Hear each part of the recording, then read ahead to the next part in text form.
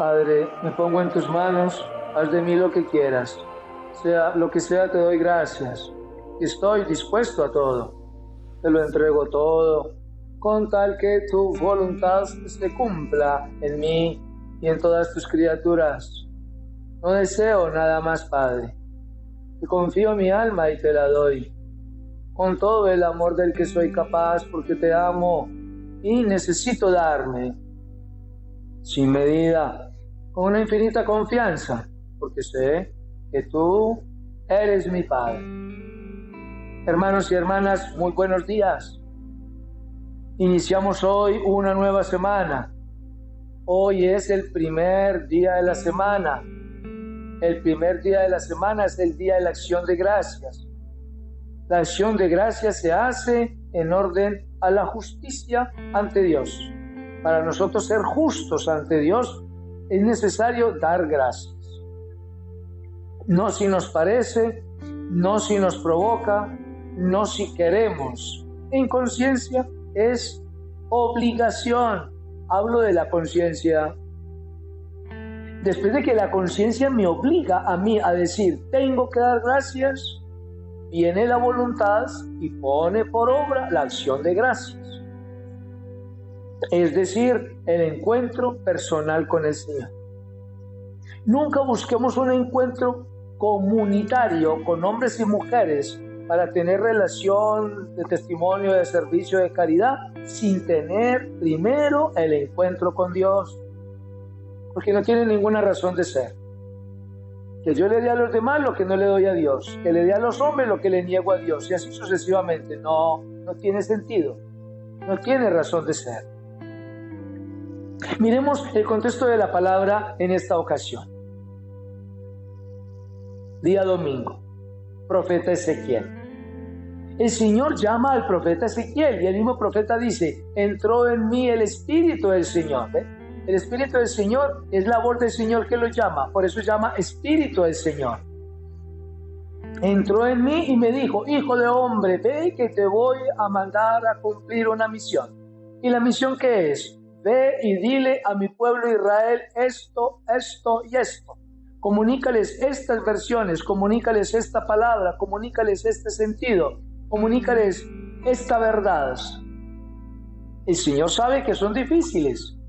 Y advierte al profeta, no temas, puede que los hijos sean de dura cerviz más que los padres, pero no temas, ve y diles, te hagan caso o no te hagan caso, ya les has comunicado. Acabo de comprobar lo tercos y lo duros que puedan ser, pero al menos ya les comunicaste. En el orden de la profecía, ustedes y yo somos bautizados, y en el bautismo fuimos ungidos, y en la unción fuimos consagrados, y en la consagración nos han constituido sacerdotes, profetas y reyes. En el orden del sacerdocio común de Cristo es para que celebremos la fe. Celebrar la fe desde dentro, no desde fuera.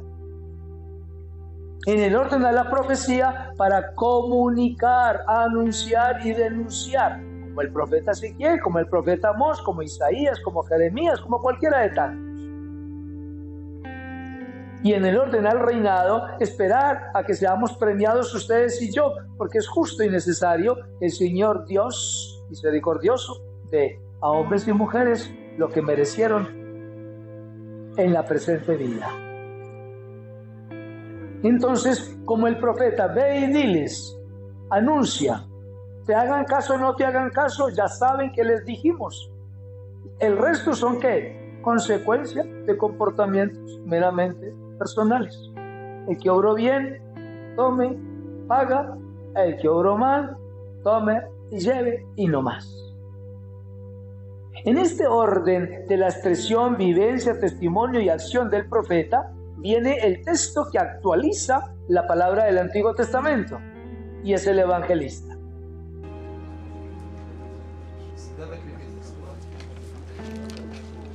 De allí Jesús se fue a su tierra, y sus discípulos lo siguieron. Cuando llegó el día de reposo, comenzó a enseñar en la sinagoga.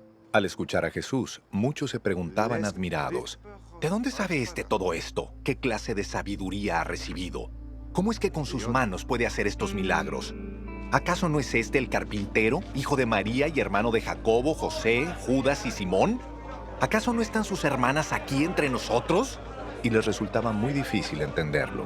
Pero Jesús les dijo: no hay profeta sin honra, excepto en su propia tierra, entre sus parientes y en su familia. Y Jesús no pudo realizar allí ningún milagro, a no ser sanar a unos pocos enfermos y poner sobre ellos las manos. Y aunque se quedó asombrado de la incredulidad de ellos, siguió recorriendo las aldeas de alrededor para seguir enseñando.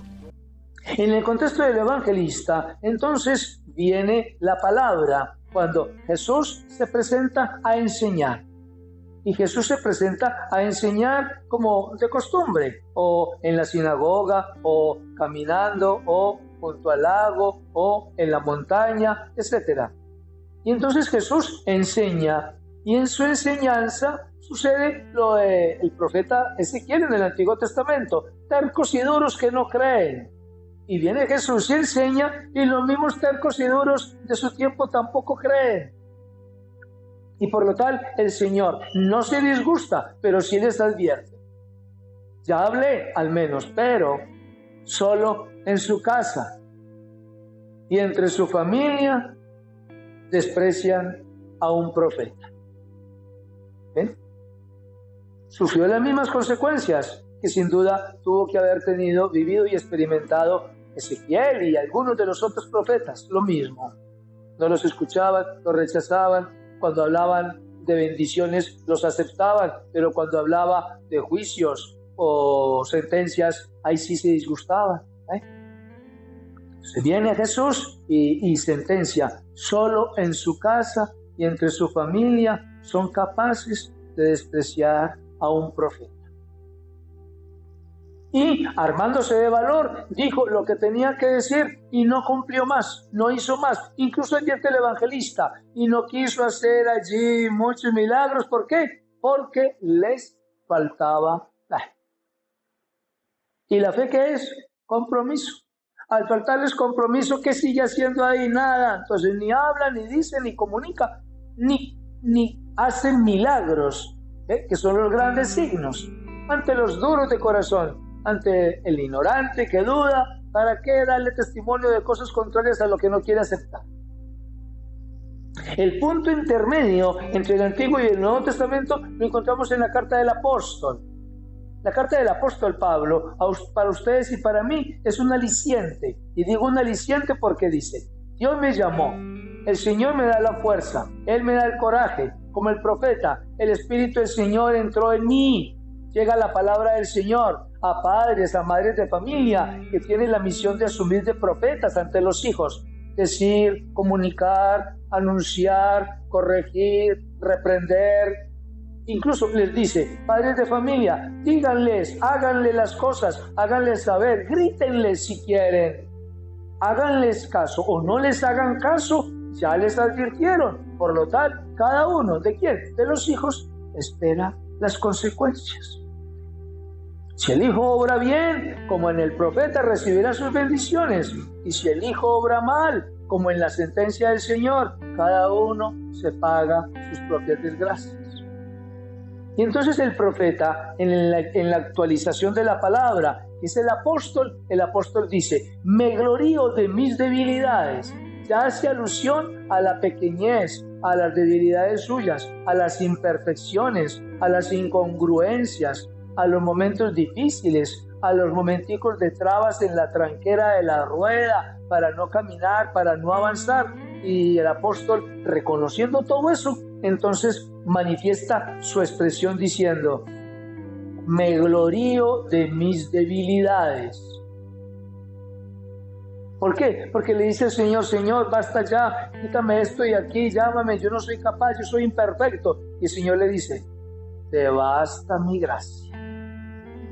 Es decir, que ustedes y yo, a pesar de nuestras imperfecciones, porque somos imperfectos, porque somos débiles, porque somos humanidad creada, porque nacemos, crecemos y morimos, porque hoy estamos bien y mañana no, porque hoy estamos aliviados y mañana enfermos, porque hoy hay abundancia y mañana escasez, porque hoy tenemos y mañana nos quitan todo, etcétera. Ante todas estas circunstancias, el apóstol dice, a pesar de mis debilidades, me glorío de ser fuerte en la gracia que el Espíritu y el Señor me dan para asumir mis tareas y mi misión.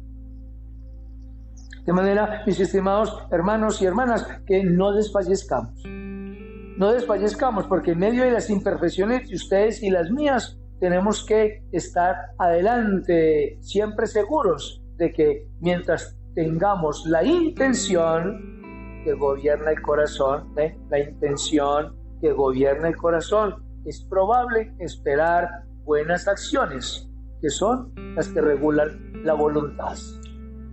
Ánimo pues, domingo día del Señor, salud y bendiciones para todos en casa, en familia, gocen y disfruten los bienes que el Señor les da.